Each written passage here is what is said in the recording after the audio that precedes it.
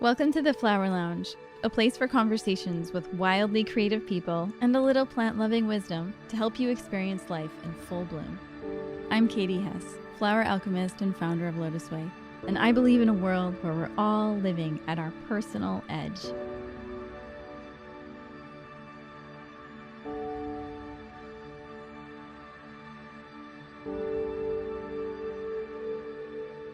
Welcome to the Flower Lounge. I am super excited for this week's guest. She's been a friend for a long time. She is wildly creative, and I can't wait to get into it with Flora Bowley. She's a painter, a permission giver, gentle guide, and author of 2 awesome books, Brave Intuitive Painting and Creative Revolution. Blending over 20 years of professional painting experience with her background as a yoga instructor, healer, and lifelong truth seeker, Flora's soulful approach to the creative process has sparked a new holistic movement, and I would say revolution, in the intuitive art world by empowering thousands of people to courageously pick up a paintbrush through her books, intimate in-person workshops, and popular online classes. Flora lives with her partner Jonathan, his son, and their dog Pearl, who is adorable, in Portland, Oregon. And her own vibrant collection of paintings can be found in galleries, shops, and printed on unique products around the world. Thank you so much for being here, Flora. Thanks, Katie. And you have the perfect name, Flora. I wondered if we could do a little flower exercise at the beginning of each podcast. So if you could just close your eyes and go back to a time in your childhood when you played around flowers and plants and trees, and just seeing what pops in your mind, where you were, who you were with, and if you had a favorite flower, plant, tree. And if you could describe the personality of that favorite, just think about what would be the 3 words you would use to describe it. And then when you're ready, open your eyes and just tell me what you were thinking about. What was happening? Oh, that was kind of hard to choose. Like I had 2 that really came in strong. So I'll just tell you about it. It's immediately I was in my backyard. That was the house when I was like when I was born until I was like 5. And it was lilacs all around the house in Wisconsin. And so I just used to like love lilac season and the smell. And I used to pick them and like give them to people, and they were just like so joyful. And then I also thought of black-eyed Susans. Is that something? Yeah, those big, bright yellow, almost like daisies, but bigger black center, right? Yeah, I haven't even thought of that in like so many years. So I was like, wait, am I making that up? But yeah, they're like yellow with a big black center. And I just remember learning about them. And so I used to love to see them because I knew what they were. And they were just this like sunshine, like bling, like so pretty. And yeah, they only came out at certain times. So it was like special.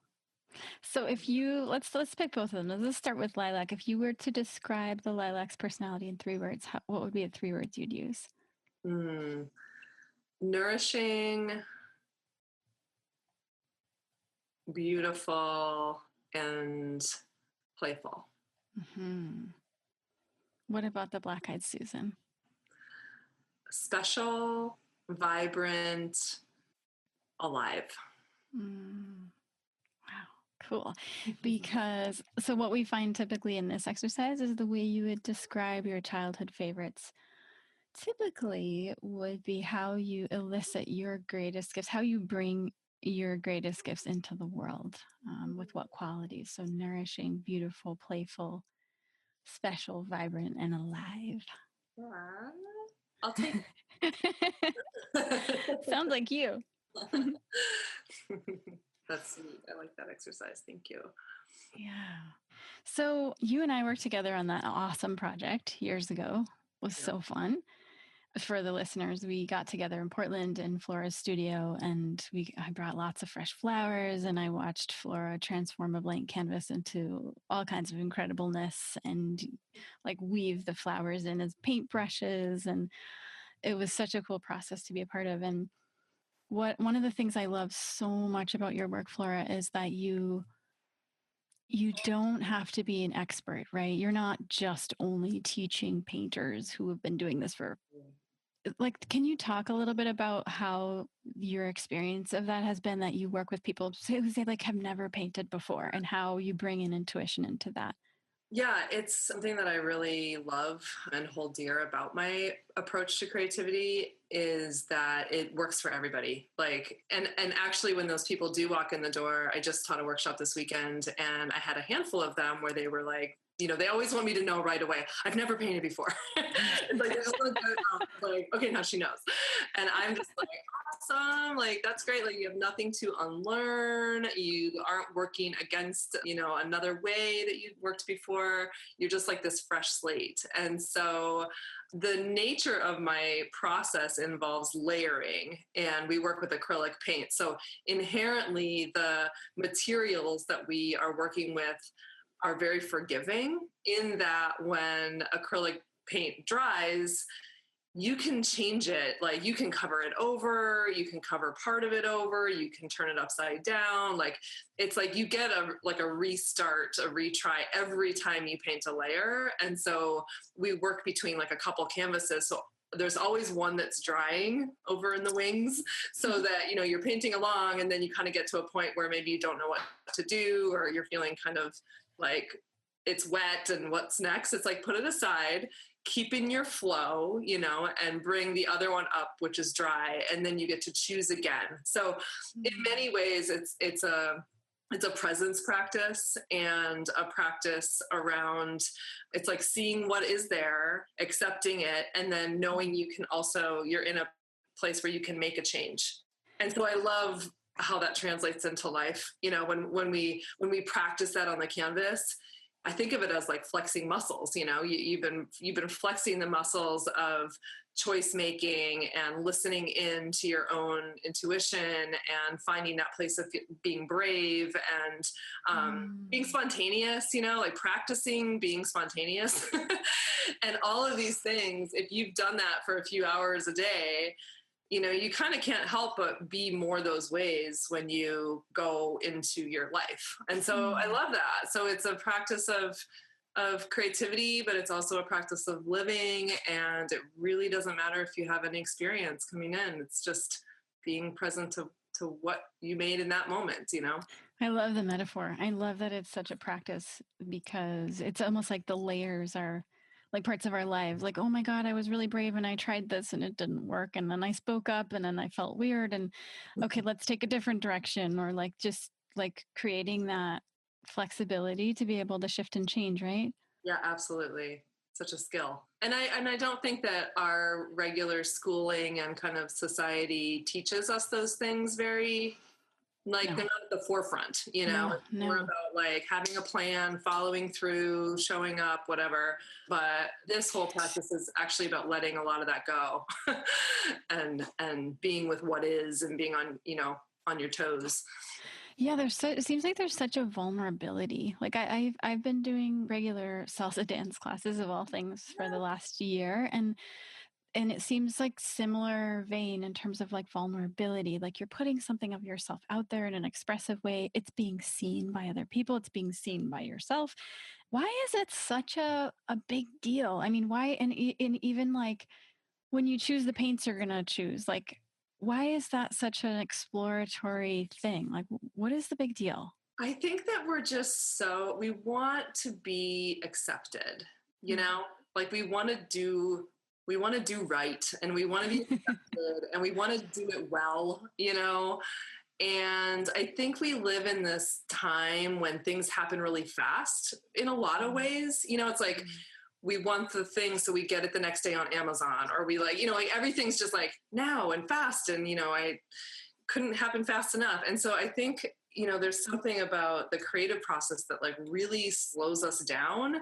And so it can be really uncomfortable, because a huge part of the practice is patience, you know, and like, it doesn't just, especially in this process where the painting is kind of unveiling itself organically through all these layers. It's like, there's no timeline. There's no, you know, it's not like you're going to one of those things where you drink wine and they tell you like exactly what to do, and then hold up their painting at the end and they all look the same. It's like, no offense to that. I think it's like a good gateway situation, but we're not doing that, in this process, we're actually like, wow, like opening up to the mystery of the timeline, and like when some might happen quick and some might take like 20 layers. And so it's like within that, there's a practice of getting comfortable with the process part, like the middle, where it can be really ugly, it can be really awkward, confusing, overwhelming, like you're learning something. And it's like, and even for me, like someone who's painted for 20 some years, every painting I do goes through those awkward stages. The only difference with me is that I expect them, yeah, like here we are again. Like you've become friends. Oh my God. It's like, it doesn't faze me at all, because I know that actually, if I didn't go through that, then I wouldn't be working in a way that is on my edge. If I just, because I could paint a pretty picture and know that it was going to be pretty from beginning to end. Like I've got the skills, I could do that. It's so uninteresting to me, because there wouldn't be the depth that comes from like pushing out into something that feels a little unknown, even though it's uncomfortable there. I know that it's worth it, in the end, to like push something through these places and like let it take its time. It's like a metamorphosis is happening. Right. And so tell me about those friends that you've made friends with them. So tell me about those stages. Is it like, oh my God, it's not working, or I'm stuck, or like, oh, that was too crazy, or shit, I wish I could go back and erase that? Like tell me about the stages. Yeah, it's like all those things, except for I would say what you just said at the end is I want to erase that. That I never have that thought, because I believe really in my core that everything that happens on the canvas is supposed to happen, even if it gets covered up. But it's important that it happened, because it's part of the story of the painting. It's like the depth in there, so I never think like, oh, I wish I could take that back. I do think like, oh God, that did not work. I was like, shit, I am going to do something different, and I'm going to let that, like I said, like let it dry, like let it like, cure, and then bring it back. And then one of the interesting things with painting is that sometimes something that like doesn't work or doesn't look good, it's all just about like what happens next. So for example, if you painted this really like poopy color and you're just like, oh God, it's like poop all over my canvas, right? It's like, okay, what happens when that poop is next to like a really vibrant, like pink or something. And all of a sudden the contrast of those browns with that pink is like something really beautiful. And so I love that metaphor too, because I think that's so true with life. It's like sometimes like the hardest things that happen to us are really the things that create a lot of beauty eventually when we add the next layer, like when we grow, and like the hardest losses or whatever it is, it's like, I mean, that is where, speaking in your language, that's where the lotus grows from, right? Like that the mud, it's like it comes from that. It's the most beautiful flower. So, right. Yeah. Wow. And so how does when you're painting, just in terms of like your own process, how does your painting get affected when you're moving through like a heartbreak or grief or a loss or a joy or a new reunion, or like when you have really intense emotional states? How does it affect your work?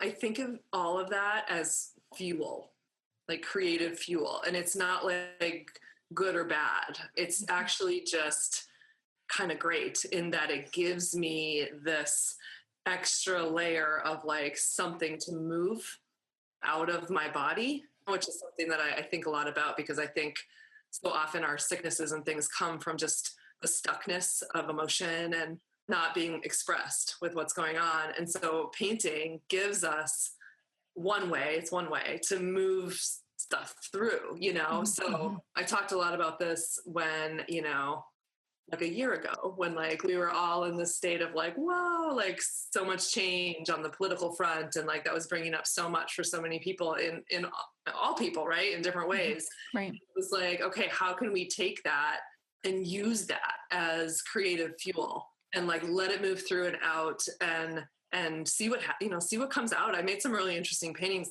during that time. And my mom passed away a couple of years ago. I mean, it was the hardest thing still that I've ever going through. And it's like when I can access that when I'm painting, which is almost always still, it's like, there's this whole nother layer to my work that wasn't there before, honestly. Wow. And it's because of that experience that I'm going through. It sounds really divine. It is divine. It is divine. And honestly, it feels like the time that I can be like closest to my mom is when I'm painting. Wow.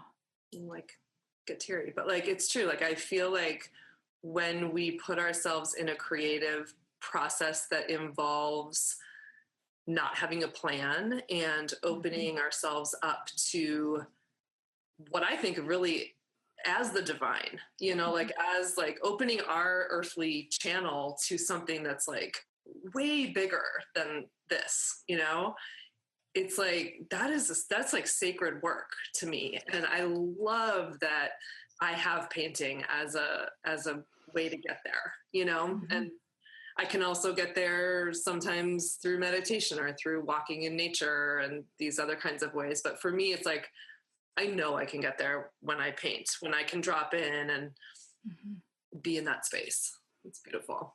I think I need to work this muscle a little more. I think of it in my own life in terms of poetry. I went through some really rough times earlier this year. And it was like, I had so much emotion. The only way I could survive it was to write poetry. And I'm not even a poet. I'm not a writer. Like, it was something that just like came through, and I just had to do it. And it felt like there were moments of like when you really open up and you just let something move through you, it's like it's like kind of miraculous. Like things come through you in such beautiful ways, and like you can attain a certain level of inseparability with a person, material, like a feeling state.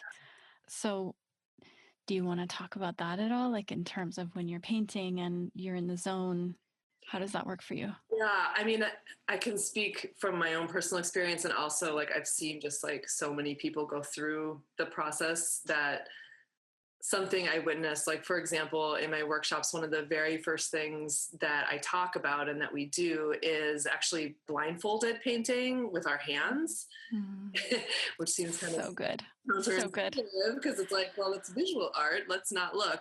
I kind of say, I think what draws a lot of people to painting is this idea that it's like this sensual thing. It's like yummy to like smush paint and color and like, ooh, like, doesn't that sound amazing? And it is, but so quickly we are just all up here in our heads. Like, oh my God, what does it look like? It doesn't look good. Like all the story, I'm not an artist. I can't do this. Like all the stories really like cut the cord of us being connected to that thing that you were just talking about. Like that flow state or the letting go, or just like being like fully in that space.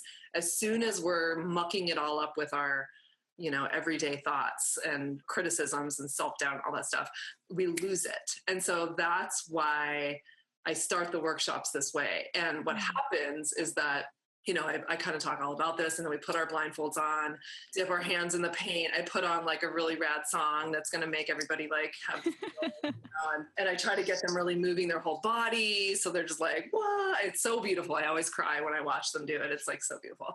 And then what happens is that they make these really beautiful things. Like when everyone like takes the blindfold off and looks, you look around the room and there's this, it's like you left an imprint of your truest, freest self. And it's just like, they really are gorgeous because they're so pure, Yeah. And then as we start to build the layers and people's little critics start to come in and they start to overthink, it's like that essence that was there in that first layer can go away, And so I feel like one of my goals is to try to always bring people back to that place. We do another exercise where we're collaborating, where we go around the room and we're painting on everybody's canvases. And people are so free. They're just like, woohoo. And I'm like kind of guiding them with prompts and things. And they're so free. And the paintings also look amazing, Yeah. And so I'm always like, remember how that feels when you weren't all in there being so precious and so concerned with your painting, you know? And you just like, it was free and it was our paintings. And so, yeah, it's a practice though, you know, and it takes showing up and doing the work. I'm sure you probably experienced this with the poems. It's like the more that you show up and do it, I would hope the easier and quicker you can get to that space, you know? Easier to find your freedom in it. Yeah, it doesn't always just happen. I mean, it can happen in moments, but there is some level of just practice and the confidence that comes with the practice that also feeds into that, you know? And what about like process practice versus end product? Like, Yeah. you know, it's not the destination, it's the journey. So like, when do you find in your own paintings where you're like, oh my God, that was the most incredible, like 2 to 3 hour experience. And I got so much like insight and wisdom and transformation out of that process. Painting, I'm not really so much into it. Like end product, not so important. Like, or vice versa. Like, how does that play out for you? Such a good question. Yeah, well, it's something I've thought a lot about because my story is that I painted for a whole bunch of years before I ever taught and before I ever knew that like intuitive painting was like a thing that people had written books about already. And so when I came to start to learn about this thing that I had been kind of doing, I realized that a lot of intuitive painting processes and teachings really were all about the process.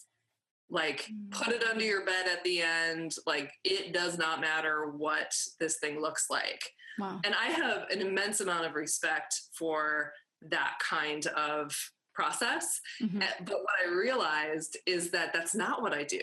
I'm like, oh my God, but I like totally want to love it. And I want it to be beautiful. And I want to create beauty in the world. And like, that's also a piece of it for me. And so I was sitting there really kind of existential crisis style with trying to write these books and teach my thing, which I realized was both worlds, was process and how important that is and being in that moment and all of what comes there, and thinking about color and thinking about how your eye moves around and sort of more of this art school kind of stuff. And my experience as a human is like, I was a yoga teacher and a dancer and like a kind of a healer person. And I went to art school. And so I was like, well, how, you know, and so I put it together and that's my style. And so what I realize and what I find endlessly fascinating is how they both can be present. And sometimes ones have, you know, there's parts of the painting where it feels more free and all process based. And then other times where I'm like, okay, now it's time to come in and bring in a sense of aesthetic, pleasing to my eye kind of stuff. But what I realize is like when we're in life, we are sort of asked to do both. You know, there's times where just being wild and free and intuitive and like totally woo is amazing. But there's also times where you want to step back, like I call it spiraling out, like spiral out, like take stock, like think about, like actually react to it and make a conscious choice about what you're going to do next in order to get it to be this way. But you're still open to that working or not working and changing direction. So it's not like a linear thing. Does that make sense? This is kind of abstract. But so how can we move between honoring all the parts of ourselves? Well, it's kind of like seeing what's there too, because if you just sort of like put it under your bed, isn't part of the process also to like see what's there and then see what your reaction is to it? Yeah, totally. And I think a lot of process painting schools of thought do involve a lot of that as well. I think it's more of the, because there's so many messages, right, that comes and like, that's this beautiful, interesting world. I think I'm speaking more about the just like, do you like how it looks? You know, like, are you pleased with how it looks? And it's such a fine line because if you get caught too much in that world, right, you lose the other side. And so I just feel like I've been trying to like lead people through this dance of kind of honoring their adjustment to beauty, like their aesthetic, you know, what is inherently aesthetic to them, and how can we be free within that and accept the ever-changing situation that is your painting. So it's fun. And you do a lot of self-care things in your workshops and in and around your painting. Do you want to talk about that a little? Yoga plus music, like Yeah, I always think, like the process that I'm asking people to go through is actually not easy. Like it's funny, this crew in my last workshop this weekend, they were like, oh my God, like I thought this was going to be so free and fun. Hard. And I'm like, yeah, I know. Like it's actually hard to create without a plan and to be open and all that stuff. Like it brings us to an edge, right? So I figure if I'm asking people to be in that space, like let's make the rest of the space like as nourishing and yummy and like feminine as possible. So we have like lots of fresh flowers, we have beautiful food, great music, sound system, lighting, like altars and heart circles and like all this like yum factor, because I feel like when you're held in that way, then you are so much more, it's like you can do the hard work. Right. It's like a balance. Right. So we try to make it sweet like that. And we do, and I'm a big yoga like body person. I feel like constantly bringing people back into their bodies just helps to get out of your head. It's pretty simple, right? And what are some of the biggest, like transformations that you've seen in people, either in a workshop, in a session over a few years? I think the thing that, and I saw this weekend, I think the thing that is always so satisfying to see is people that come in and they're just really up in their head, mm-hmm. and they're trying to figure it out, mm-hmm. from this perspective of like, overthinking and overanalyzing like what we're doing and how we're doing it. And they want to know exactly that technique and this and that. And it doesn't matter how much I say, this is about doing it your way and all the stuff I say. It doesn't matter. They're like there to figure it out. And then my workshops are 4 days long. And so usually somewhere on the third day, they just, for whatever reason, they let go. And they just paint. And they just, sometimes it's because they're like, fuck it, this is not working. I gotta do something, And other times it's like I have a live musician that comes in on the third day and it's super magical. And sometimes it's that brings them there, or they watch me do a demo and they like, it clicks, This is how it can be when you really let go.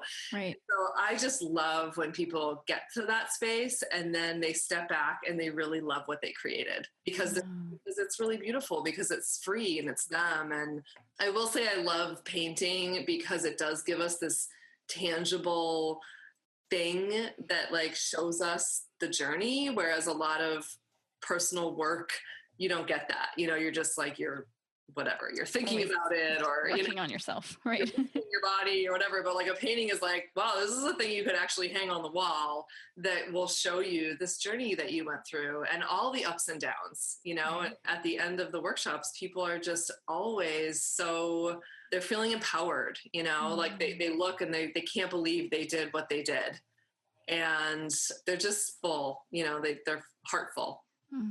Yeah, it's funny what you say about like figuring it out with the painting process. I feel like that's what certainly what trips me up so often in life is that, I'll have a challenge and then I'm just like chewing on it, really thinking, even though I know I do have a meditation practice, right? But I'll still catch myself trying to figure it out by figuring it out. And versus just like being with it, just being with it and constantly being with. So I wondered if I'm sure you see it in your own life, but do you also see it in your students' life where you sort of liberate this sort of, you're doing that through painting, but then you can also overlay it onto your life and you have a certain issue and it's like, well, I could just be with it instead of figure it out. Like, do you feel like people connect the dots? I do. And I really believe that people connect whatever dots they're ready to connect, Mm-hmm. So for some people, I hear the words like life-changing all the time, which is amazing, always amazing still. Where they're just like, that experience changed my life, or having this practice of painting in this way has changed my life. And I really get it. I really think it's true. Mm-hmm. Yeah. When you look at your body of work over how many years? Like 24, 5. Oh my God. So over 25 years, you have a huge body of work. Do you see growth and shifts and changes? And do you see like, oh, that was when that was happening, I can see that coming out in the works? Oh yeah. It's so cool. I love art for that. Like I look back at these series that I did at different times, and it just is like, wow, I have that experience that I was going through, like in this tangible form that lives on, and sometimes it's about I did a big body of work when I was in Bali over a number of years. I did a body of work in New Orleans after Katrina. I've also done like this body of work, like since my mom has passed, like there's just been, whether it was a time and a place or something I was going through, it's there, it's there on the canvas. And I've also seen just myself develop as an artist. I think, when I look at my earlier work, there was a more of a simplicity to it where I was just kind of learning, and, I didn't really understand how the work could like how one painting could change so much in order to get to this form that's more complex and more interesting. Like I think I was like many of my students are, where they just kind of want it to happen really fast. And so it's like 1 or 2 or 3 layers and there it is. But it kind of lacks the depth that comes from being with the process more. So yeah. And let's talk about, okay, so there's the self-expression aspect of it. And okay, so your work aside, because your work is like totally radically different and life-changing. Let's put your work aside and just say like traditional art world. I have seen a lot in the past of like, this sort of, oh, I'm going through this like really tough experience and I'm just going to bleed it out into the painting, versus the possibility of thinking, oh, there will be somebody who looks at it, and I wonder if I could also create something that would uplift or transform or provoke or, create a sort of reaction in someone. So like, can you speak to the question of like, just like pure self-expression because I got to get this onto the canvas, versus having that little seed in the back of your mind of like, and what if this could like transform somebody just by seeing it?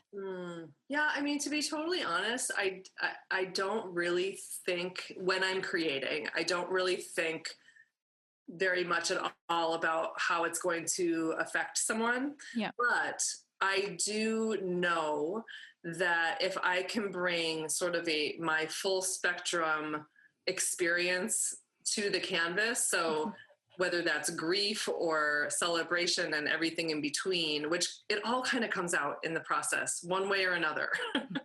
I know that the more honest I can be with the breadth of that life experience, the more impact the piece will have. And so while I'm not like really thinking, okay, I hope this does this to this person when they see it, right, I'm just like, how can I be really, really honest with what's happening? And something that's actually shifted for me over the years is that I think I used to be, when I first started teaching, I was really hung up on this idea of like painting for joy, like how can painting bring joy? And I would say stuff like that. And I'm just like, oh God, like now I really, I don't know, maybe it's just because I've gone through a bunch of hard stuff in the last bunch of years, but I just realized that, that's one, like if you can get to joy, like awesome, that's great. But that is not the goal here. That is not why we paint, is to like feel the joy.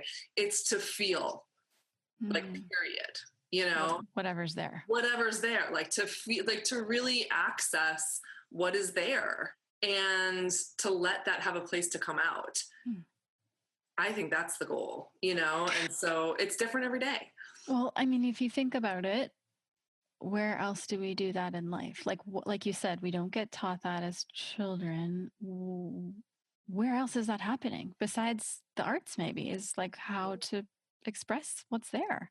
Yeah, I know. It's why any creative endeavor is so important, and it's whether that's dance or writing or painting or singing, or even just communicating in creative ways. I just think it reminds us of our humanity and connects us to that and gives us a place to practice it, like practice being human.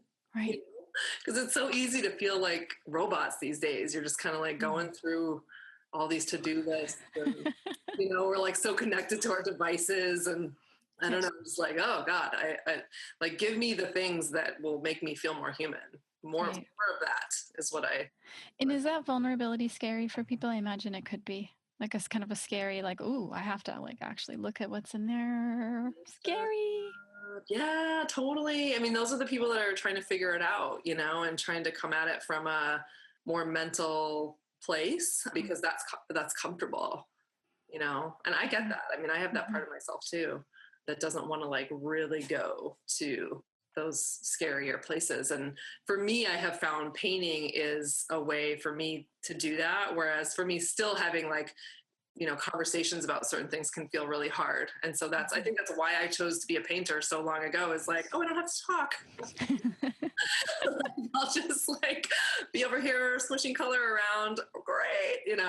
And so that's why, like you say, you've been taking like, dance lessons. Like I've been taking voice lessons for the last couple of years. Cause like that's scary for me. Like, wow. Oh my God. So we all have our different edges, and I think having certain vehicles that are easier is a great thing, because we'll keep coming back to it and we'll keep doing it. It's like finding ways of exercising that you actually like to do is right. Right. But then also like reaching beyond that. And for a lot of people, painting is reaching beyond what is comfortable. So I get a lot of those folks showing up, and it's amazing. I always say it's amazing. You're amazing for being in the room. Like you're painting. How cool. Right. So tell me about your voice lessons. Are you still doing those? Yeah, I've kind of fallen off the wagon a little bit, but I was working with a woman named Leslie Helpert, who's an amazing vocalist, and she does these Skype voice lessons, like one-on-one, like so vulnerable. And she's just all about the body as an instrument. Sorry, the word, like using your whole body as an instrument. So it's a lot about how you hold yourself and like just making sounds. And then, eventually we would sometimes sing little songs and things, but it really felt like this whole just part of my body had been neglected for a really long time. Like I was really, really shy, like as a kid, and really just went to like the arts and nature as like my safe places, but being seen and being heard were never comfortable places for me. And so I've come so far, like, holy shit. Like the fact that I teach and I do interviews and I, have a voice and put it out there is something that's been a real journey for me. Wow. Keep showing up and doing hard things and so it sounds like almost like the voice lessons are what you do, but in voice. Like it's not about singing a pretty song necessarily. It's about Yeah. But then like that layer of, like Leslie would want me to be able to make a sound that I liked how it sounded too, but full spectrum, we would make sounds that were purposely not pretty also, which I do in the painting process too. Like, how can we mess this up a little bit so that we can come back to it? I love that.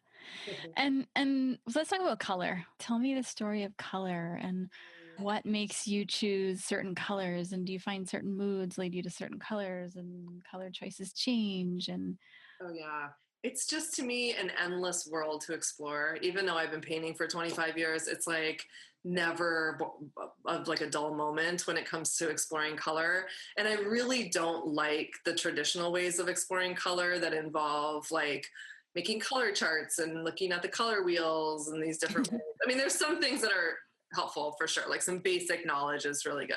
But I teach, like when I teach color to my students, I use this word craving a lot. So it's like we're color craving. So you paint. There's a bunch of colors there, or even just one color to start with if you want to just simplify. And then to ask yourself, well, what color am I craving next? And it's going to be different for everybody. And to me, that's the intuitive part. And that's the part that makes it not a formula. It's not like, okay, every time you have teal, now you do whatever, orange. Like, well, sure, you could do that, but you could also do anything, And so I like to break all the rules with color stuff. I like to do things that feel really surprising, even to myself, like choose a color or mix a color that wouldn't be maybe the one that comes to, the one that I usually do. I just like to push and pull color a lot. And that's one of the things, the palette of a painting is something that evolves through every layer. So it might go from being like a pink and white painting. And then the next layer, I bring in a bunch of teal. And then the next layer, I bring in a bunch of green gold. And so it's like when students can see that, oh, wow, the whole painting just changed because that color became more important, then it's like that puts you in a place of being really free to explore versus like, oh, I'm going to make a painting that's these colors. And that going in, like, oh, that's kind of boring. And then you can have these like little slivers of the history, right? Like you've got a little tiny bit of pink and white there to show that you did have that at one point. Right? Exactly. And like when people say, oh, I ruined it because I brought all this red in or whatever, I'm like, oh God, no, you did not ruin it. You just enhanced it with this layer of red. Even if you come and get rid of 95% of it, those little bits that are under there are going to make the painting that much more interesting. Wow. Yeah. I love that. Wow. And why do you use the word craving? What does that mean? Like, how does that? I think I love that word. I feel like it just puts us right into our own like sensibilities. Mm-hmm. It's like a real like animal thing. Like, what am I craving? Or like Danielle Laporte uses the word desire a lot. And I like that word too. I tend to go for craving, but it's like just putting you in the seat of your own choice making, where this is not based on anything anyone else is saying or any book is telling you to do or any of that outside information. It's about asking yourself, like, what do I want? Yeah. It seems so different from like the traditional, say like Buddhist background where it would be like, craving is one of the, causes for suffering because we're just wanting things that say like we can't have, for example. No. Or wanting something and then getting it and being afraid we're going to lose it. Yeah. But it seems so different the way that you work with it. It seems more like indulging in trusting yourself. That is definitely it.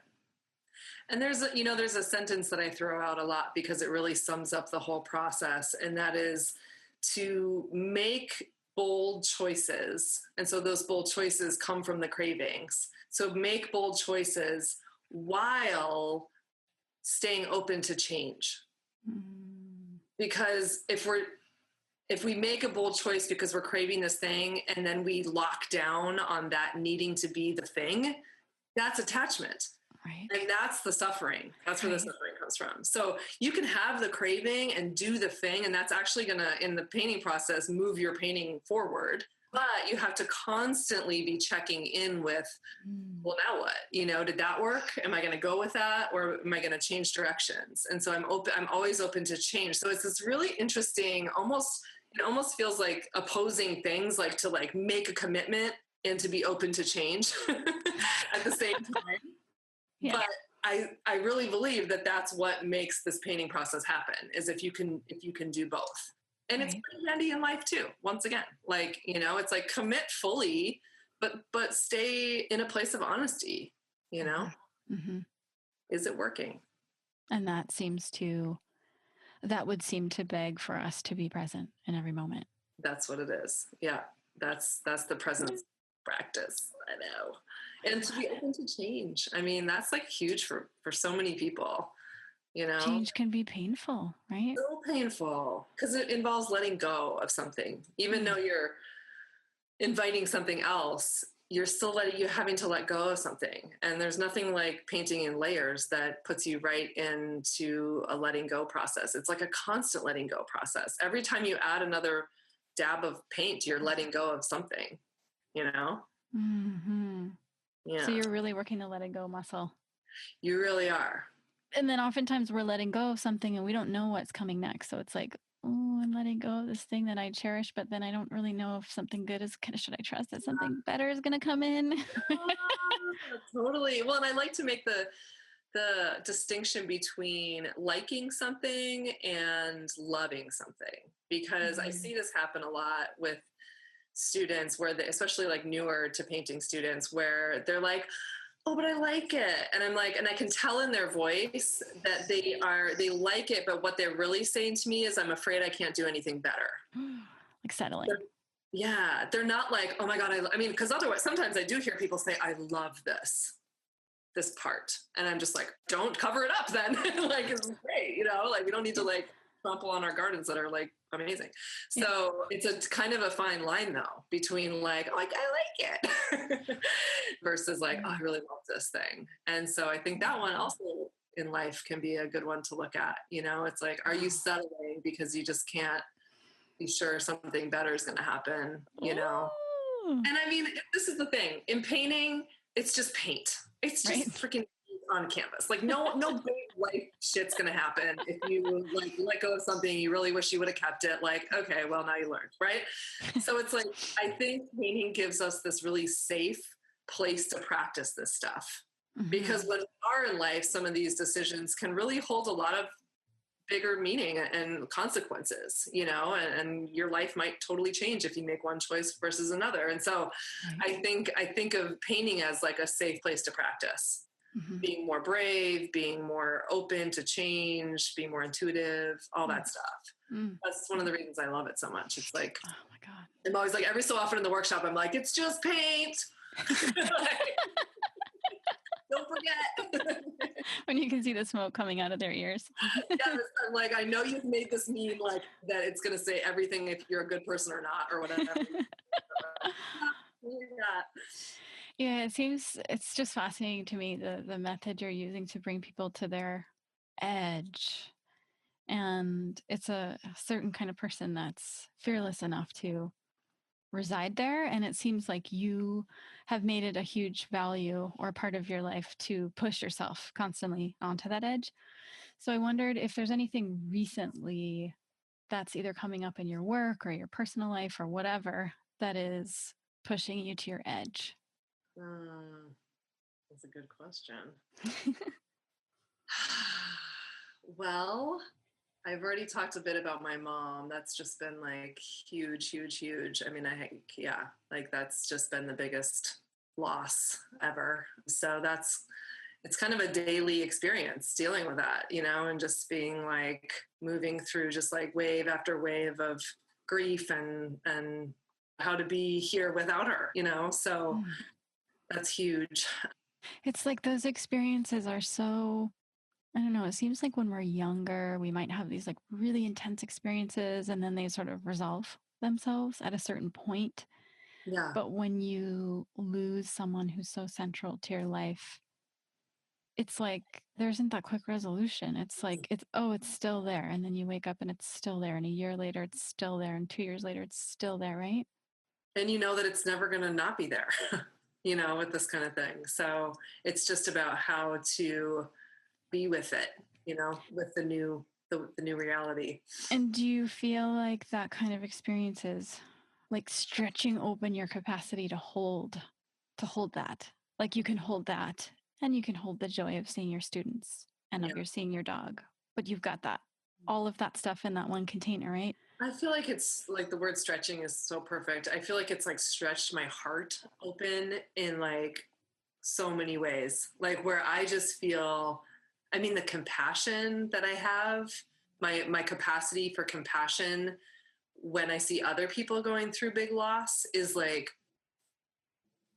I mean, it's just I'm like a different person in that way. Where before I never really had any really close person die in my life, you know, which is kind of amazing at age 43, but I just, you know, some acquaintances and things, but not like close people. And so when other people were going through things like that, I never really knew how to be with, I never knew what to say.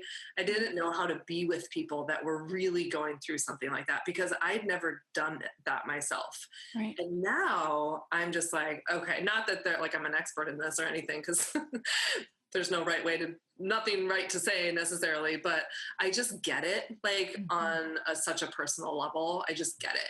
And sometimes that's all you really have to say to someone is like, I get it. Like, you know, like I've been, you know, I understand how hard this is. And so just the way it's changed my heart has been such a silver lining, really, you know, as much as it's like a loss and sad, it's also just like made me like talk about being more alive and more human. There's nothing like death to make you feel more alive. Yeah. And just to realize how precious it all is and like now I have this chapter where my dad lives here in Portland because my mom used to take care of him, and now I take care of him. And it's just like, it's all so precious, you know? Right. Yeah. So there's just this whole different relationship, I think, to the present moment and to what is here now, you know, because when you realize things can not be here. Mm-hmm. Yeah, especially in a culture where I think we're pretty heavily trained not to even consider the remote fact of death. You know, even though every single one of us will die, there's just no way around it, right? And and yet our culture is just like, it's like the elephant in the room. It's like, it won't happen. Let's just look the other way. Like, it'll never happen, right? And until we get there. And how we deal with it. I had the very amazing honor of going to a grief ritual that was put on by Sobonfu-Somé. I don't know if you're familiar with her work, but she actually passed in this last year, which is a big loss to that community. But she was an African woman who brought her village's grief ritual to Westerners. And so she would create these 12-hour day long things where we would build these. It was how they did it. They would build these altars. There'd be an altar to the ancestors and an altar to our higher self. And I can't remember all the exact altars, but we had all these beautiful things built. And then the musicians would come and everybody would be drumming and singing, or they would be drumming and everyone would be singing and doing these kind of basic dance moves and then just grieving together.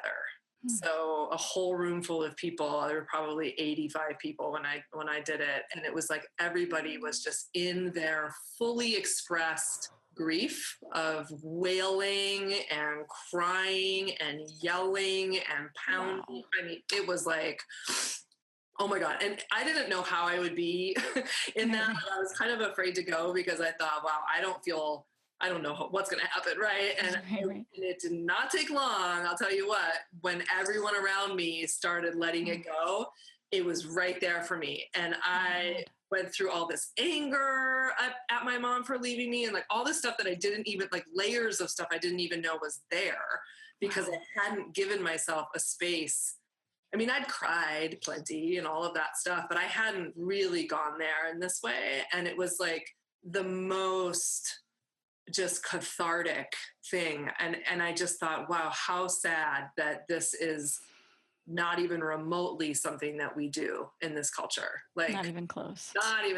Like we go to like the memorial and then it's just like send a card and you're done. You know, I mean, it's just, there's nothing. And she said that she was from Burkina Faso is the country she was from. And she said that there's all these villages, right? Like all that are sort of nearby. She said there's always one village holding a grief ritual, always.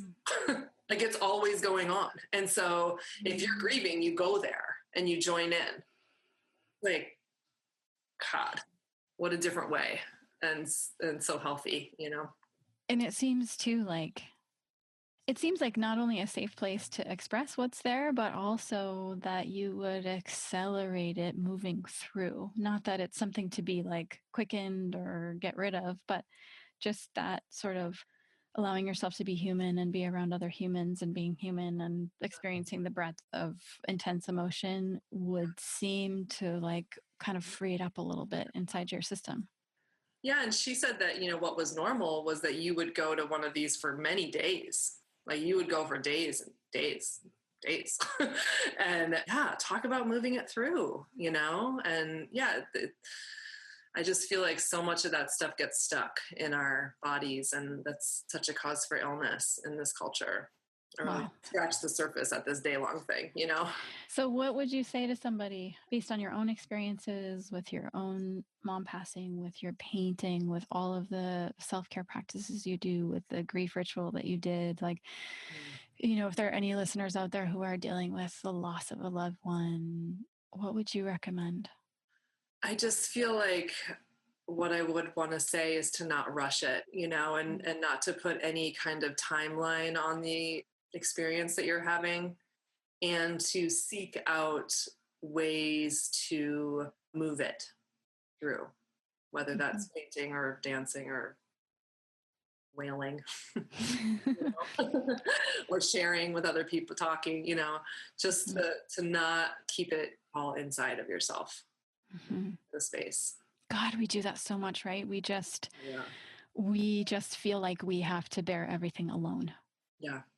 So, I think it's rare, right? That we can actually experience something really vulnerable and profound with another human being. And I think that's why, these painting workshops that people come to, they're so momentous for people, because just the simple, it's like painting or not painting, like just the fact that we've come together for 4 days with these kind of kindred spirits, and that it's a space to be heard and seen and connect and push the edges and all the things that we're doing. It's like people are craving that. I think so much right now, especially in a time when so much is digitalized and online. Right. But to be that's why I say this now, who knows, but I really think that I will always host in-person experiences, even though I have a lot of online courses. There's something about being in the room with people that it's just such a beautiful thing. And I think it's like an antidote to a lot of what's going on in the world and the disconnect and the disempowerment that people are feeling right now. I think we need to come together more. Right. So speaking of coming together, I know that you've got a ton of online programs and you have the in-person workshops. Can you talk a little bit about the different ways that people can experience your work? Because I think everybody should, dip their toes in or dive in all the way. Well, I have a lot of different ways. Some of them are free on my website. I've got a lot of videos, and I have 2 programs. One's called Painting Sessions and one's called Studio Diaries. And these are both found on the online courses part of my website. And on each of those, there's a sample course. And so you can actually watch like a whole bunch of videos just to get a taste of the offering. So that's a great place for people to check it out. I also have, a 5-week painting course called Bloom True that will really kind of move you through the whole process from start to finish. That's sort of the like foundational course that I offer. A recent course I came out with is called Creative Revolution. And that is the course that I created to kind of take all these things that we've been talking about and create a lot of different ways to access our creative spirits that don't just involve painting big paintings. Because I get that that's not for everyone. It's not, not everyone has the space, the time, the money, all of that. So Creative Revolution is like stuff you can do at your kitchen table. There's morning practices, evening practices, a whole series called The Art of Aliveness, which is just about like how to wake up our creative senses in all kinds of different ways. There's movement sequences. So it's this really holistic approach, which I'm really happy with that course and I see what people are getting from it, and it's like awesome. And it's full of like beautiful videos and music and prompts, right? Yeah, it's all really pretty. We do really nice videos, and I'm blessed to work with lots of good people to make it aesthetically pleasing. And then in person, do you have anything in person coming up? I'm taking a little break right now. I just built a new studio in my backyard, and this workshop we just had was the first one. So we messed up the walls and dripped a bunch of paint on the ground, so now it's good to go. But I'm taking off until April to just have my own. I'm just kind of wanting to be in the space and do my own work for a few months, which feels really good. Haven't done that in a while. But yeah, I'll do like 6-7 workshops a year. So I would definitely recommend for anyone who's craving that in-person thing to sign up for my newsletter, because the workshops, they actually sell out in like a couple hours. Kind of crazy. Wow. You want to get on the newsletter because that's the place that I announce them. And then they usually don't even make it to social media. Wow. Yeah, I'd love to have you come. Oh my God. We need to, I really want to collaborate on something together. Yeah. But we'll talk more later. But for now, if people go to Flora Bowley, and last name is BOWLEY.com, that's where they're going to get on the newsletter and find out all the information about your courses and in-person stuff, right? It's all there. And just one last question, because I think you've just done such an incredible job at not only being an incredible artist and bringing that out into the world, and bringing that into the hearts of people who aren't even, expert, so-called professional artist, but you also have the incredible business sense to take your work and stretch it out into all of these crazy, like iPad case and lampshade and like, can you talk about some of the mediums for where you're displaying your work and how that came about? Yeah, so I do some licensing. It's not my focus of my business, Right. but they've, different opportunities have come my way over the years where, folks want to make products with my art, and I think it's super fun. And so it's just kind of it's an extra revenue stream for me. And it's also a different way to get my art into the world in these usable ways, which is kind of fun. So yeah, I do that. I've worked with Papaya, which is a great company over the years, and they've created a bunch of cool stuff. And yeah, different random little gigs. I've got a fabric line and So great. lines and stuff. So That's so great. I love that. yeah. Wow. Well, thank you so much. I know that you said you would be happy. This is like so crazy good to offer listeners a special painting video that's usually secret and hidden. So I'm just going to share the link. If you go to florabowley.com/special-gift, so you can find the secret hiding video there. Yeah, I hope you enjoy it. It shows me painting 2 paintings from start to finish, kind of time-lapsey with a voiceover where I talk about the process. So I love it. It's so good. Yeah. Thank you so much, Flora. I can't tell you how much I just adore and love the work that you're doing in the world and all of who you are and how you bring that into everybody's lives. Thank you very much. It's very mutual. Thanks for having me. Thank you so much for listening to The Flower Lounge. I'm Katie Hess, and we'll be releasing a new podcast every Wednesday. If you like what you heard or you know someone who might be touched by our conversation, share it with them. And don't forget to subscribe. To find out what your favorite flowers mean about you, take the quiz at LOTUSWEI.com.